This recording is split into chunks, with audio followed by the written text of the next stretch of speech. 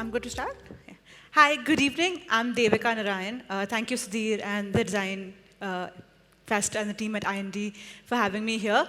I decided instead of telling you what I do, I'll show you.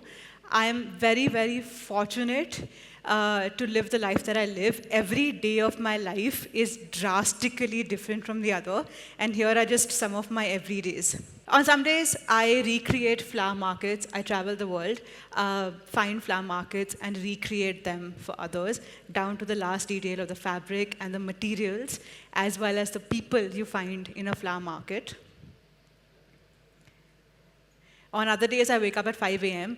and chase a boat on the Dal Lake, all to find that perfect daffodil. That's me, very, very happy after waking up on a very cold winter morning after I found my perfect daffodil. On other days, I travel halfway across the world to identify and grow the flower I want down to the correct shade, length of the stem, and size of the head. That's me in Covent Garden. I've been to Amsterdam before this in a similar market space, trying to grow the exact flowers that I want. On other days, I tell personal histories through spaces. This is Amir and Afsha, who met in Kashmir. Afsha lives in Dubai, and she was on a holiday to Srinagar when she met Amir and decided to marry him. And we helped them create a space which was inspired by their love story by creating and finding things that are available in Srinagar. Those are the only 150 chairs in Srinagar. That is the only waterproof tent you can find in Kashmir, which was used for their celebrations. Every single flower was sourced locally. I create temporary spaces. I don't know if you can tell, but this is a regular road which has an installation that was created by us. I reuse, I recycle. That entire ceiling is made from leftover fabric. I use age-old crafts and give them modern perspectives. These elephants are used as part of the Bengali New Year parade in Dhaka. And normally when you see elephants or any sort of description of elephants, they're all bulky buggers, right? They all have fat legs. And I was so taken by these elephants because just look how sexy their legs look and the proportioning of it. And I was so taken by it, I was like, I have to find a way to use them in a modern perspective and in a modern space. And that's what we did here. I make dreams true for people like this. Suresh was here talking earlier about how people buy a house and then a car. But I think the one thing, emotional thing people spend a lot of their time investing is thinking about, is that is safe for the weddings? And that's what I do. I design weddings. That emotional decision that people and families save for their entire life is what I am trusted with to design, what I'm trusted to design. I design temporary spaces that are pulled off right after. I'm offered no critique. I'm never, very rarely allowed the time to walk through my spaces. And I do all of this without a degree in either design or business. My husband's sitting here and he was joking because a lot of people were saying they studied in NID, and he's like, you should go up on stage and say you went to no design institute because you have absolutely, I can't draw to save my life. But my romance with weddings started when I was 10 years old, and I attended my first wedding ever. And till date, I remember the joy, the energy, the excitement, the happiness in that room. I think if I look back, it's possibly the most fun day ever. And I loved that feeling. It was so tangible, I could hold it in my hand. 18 years later, I felt exactly the same on my own wedding day, standing, that's our backs with all our favorite people in front of us, and I've never felt that quantum of joy before. Now, back at the age of 11, when I asked for a wedding-themed birthday party, you would assume that this would be my career, right? I mean, it's the most straightforward choice to make because what 11-year-old walks around saying, I want to dress like a bride for my birthday party and I want to dress up my dolls as brides and have all my friends and that all of us as various different kinds of brides. But when you're 16, there's no straight answer to what you want to do in life. So like every typical person heading to college, heading out of college, my whole life was a series of experiments. I majored in literature from LSR. I wanted to be a journalist. I tried my hand in theater. I tried getting into Lucknow University because I'm from Lucknow, trying to do a master's of some kind, failed horribly at all of those things. I can't draw, so nobody would give me a job in drawing. But I found this sort of weird mixture of a place where all my skill sets came together. And I joined my dream company, which was another wedding company. Right on the top left is where I'm living my dreams of filling cushions and then sleeping on top of it. But I joined my dream company, which is the other company that designed weddings. And for me, it was the most epic 4 years I've ever lived. But weddings back then were all about scale, were all about grandeur and showmanship. And I wanted to design weddings that were personal and were about the couple. I remember back then doing weddings where I didn't even know who was getting married. And I then decided that I'm going to change the vocabulary around Indian weddings. And that's when I founded Devika Narayan and Company. There is a by there, which is a small bunch of creatives. We're based out of Mumbai now. And our entire goal is to create weddings that are happy, that are filled with joy, not just for the people we're getting married, but also for all of us who are working together. There's been lots of talk today about emotion. And for me, my job, my clients, the industry I work in, the circumstances I work with are all highly emotional. And for me, I love being in that highly emotional space and designing for it. From the time I started, I think sometime this year, we're completing 10 years. We've covered about 100 weddings. We've been all over the world to different parts of cities. But at the end of it, what remains absolutely true to us is how much joy we feel while designing a wedding, as well as how much joy we bring to other people. I'm immensely happy. My entire sort of company is based on this set of photos. This is a series of photos of Jasleen and Joshua entering their wedding venue.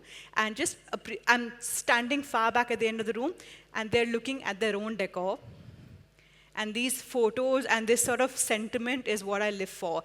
I love my cheap thrills, so when I design a space, I stand at the entrance, and all I wait for is for people to walk in and say, oh my God, wow. Or that one photo where all the uncles are standing and taking photos of the decor, and the aunties will come and say, take a photo of me now quickly with the decor. I love that every day of my life, I live for that sense of joy, excitement, and happiness when people see my work in real time. I know I'm supposed to talk about AI today, but I want to talk about my job because I truly have the best damn job in the whole wide world. And thank you, Sudhir, because I don't feel it on most days. But while I was making this PPT, I was like, gosh, we've done some really, really cool things. And I want to talk about the cool things we have done. Just some of the cool things is we've created a wedding at the 13-year-old Amapalli temple in Hyderabad, which is the oldest Ram and Sita temple in the country. This was back in 2020, where designs were happening of Zoom, and I saw the venue 2 months before. And a week after Dev Dipavali that year, where we restored bits and pieces. Every wedding in this temple up till then had happened inside. This is the first wedding that happened outside in the courtyard of the temple. We actually restored restored portions of the stepwell to create the dinner over here. I think we lit some 30,000 diyas that night. I want to also add that all those 30,000 diyas were made by an NGO. Perfectly aligned, absolute chance. All the materials. I don't think at that point we understood the gravitas of where we were. In fact, I Googled this fun fact about the 13-year-old temple while we were there. But I think our endeavor was to create something that felt like it belonged in the temple. So all the materials we used were materials that are traditionally used in a temple. What you're seeing is a whole ceiling of molly or kalava, if you're up from the north, that you tie on your hand, bells. We wrapped, so all temples, much like all modern structures, went through a certain modernizing phase where they put steel railings all over the temple. So we actually draped all of the railings in molly, and the railings till date, if you go to the temple, are still covered in the same molly I wrapped them with 4 years ago.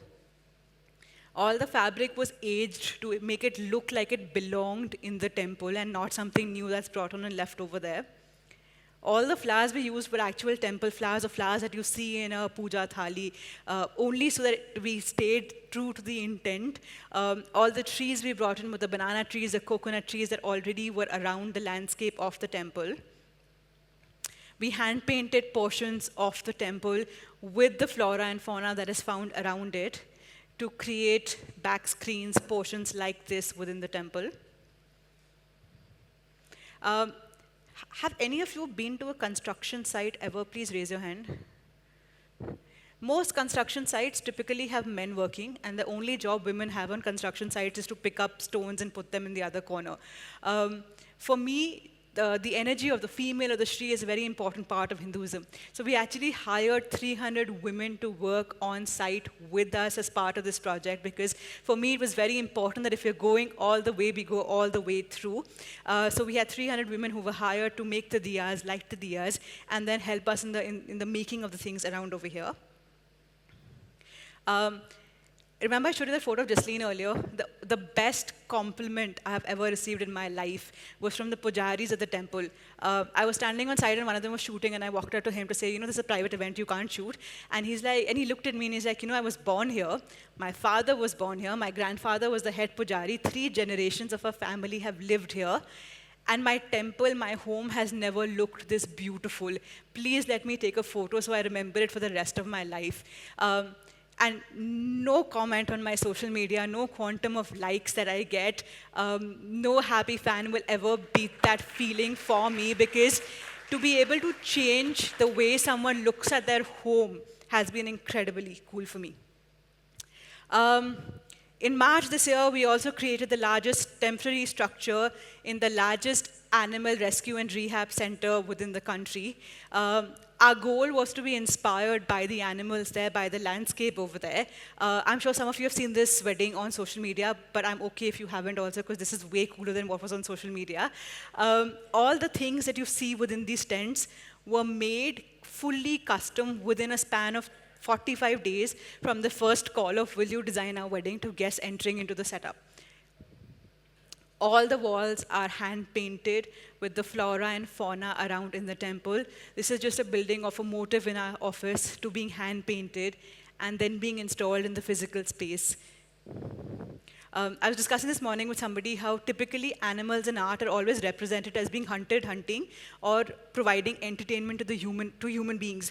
The animals at this reserve were truly happy. I went for a walk and they just look so chill in their own lives. They didn't need humans except to feed them.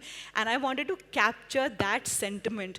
And that's what we captured on the wall art all throughout the entire space that you see over here.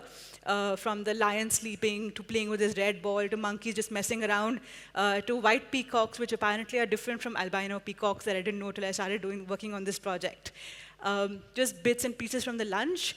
Another cool thing that happened to me this year was my chairs from here made it to the Paris Olympics. They traveled all the way from a little city in Gujarat to Paris.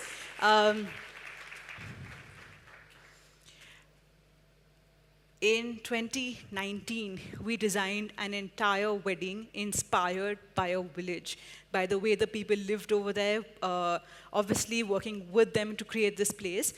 This is the Bishangarh Fort, which is on the outskirts of Jaipur. My clients actually own the fort, and the groom looked at me and said, I spent the last 10 years of my life in this village, hiring from this village, creating the fort, restoring bits of it.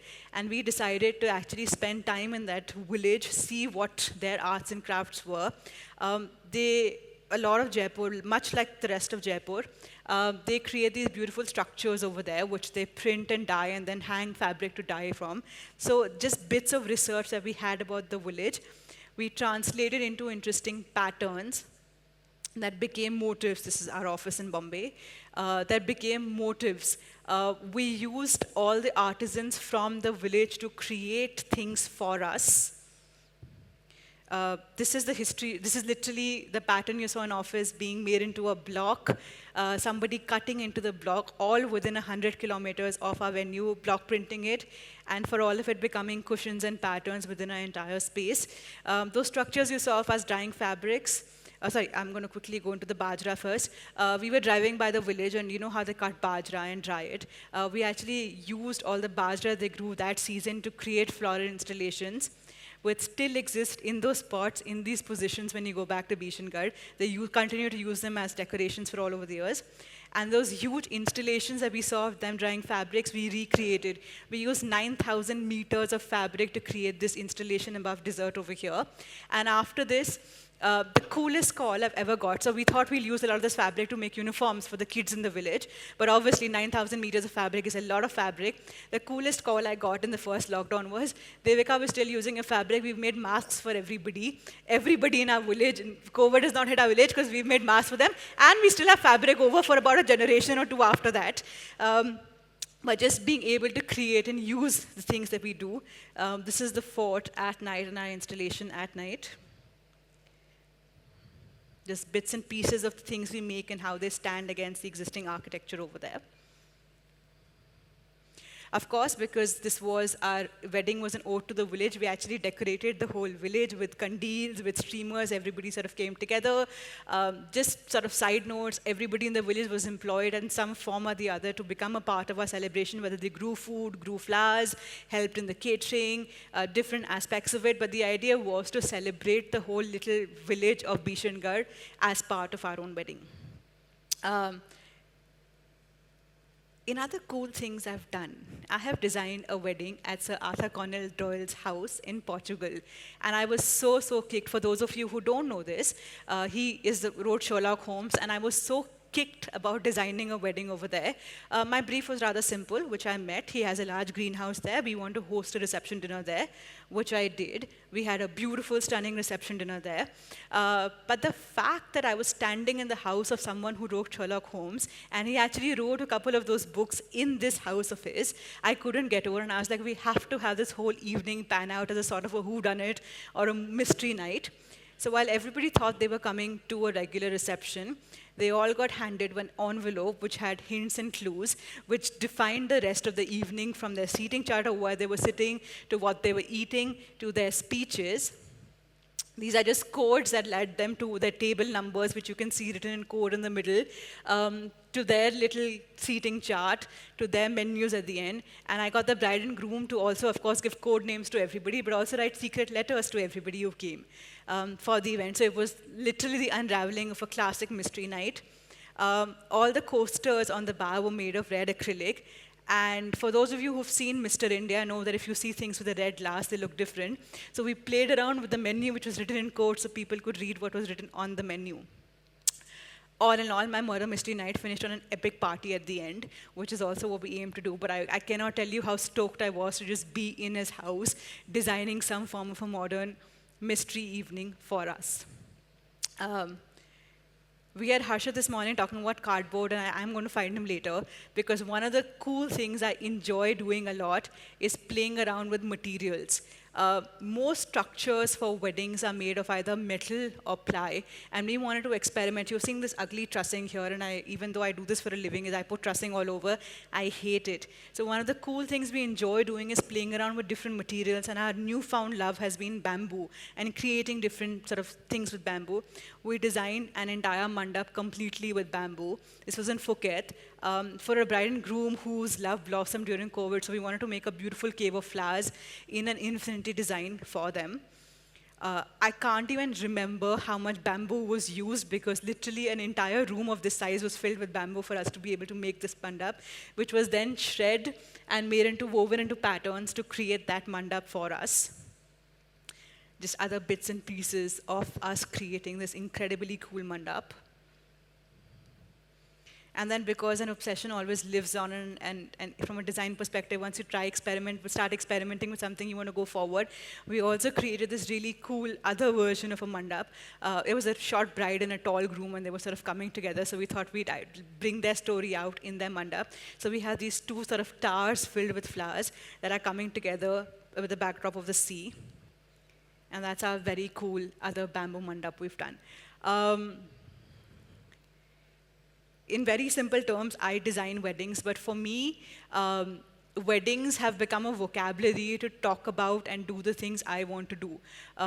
This whole story of coming back to not being able to draw, I always wanted to design spaces, but weddings have given me the medium to design spaces. And what I've discovered is, and Sudhir, I have you to thank for me, because I was just telling somebody this morning that August and September are the shittiest times for us as wedding designers, because it's when clients are hankering because wedding season is about to start. It's budget season, which means you've designed something beautiful, budgets are being cut. My phone has been ringing nonstop this morning. At that time, you sort of lose sight about why you do certain things, and this presentation today has helped me remember why we do what we do. And for me, the greatest bit about my job is that I design for people in love. And that's a very, very important emotion drive for me, that I'm able to translate their love into a physical space, and the fact that they trust me to put their love story together in a space. But more importantly than that, I design for love, the love that I have for my craft, the love that I have for the people who work with me, the people I work for. And I think sorry, I have to say something academic at the end of it, because I've just shown you a bunch of really happy photos. But I think for me, this whole idea of coming back to the fact that you have to remember why you started in the first place. And I started out because I truly love what I do, and the fact that I'm able to do it and make things with love for people who are in love is an incredible part of what I do. Thank you all. That's my Instagram in case you want to find me. Do we have time for questions? Because there's 6 minutes here, no questions. Okay, I'm getting off stage.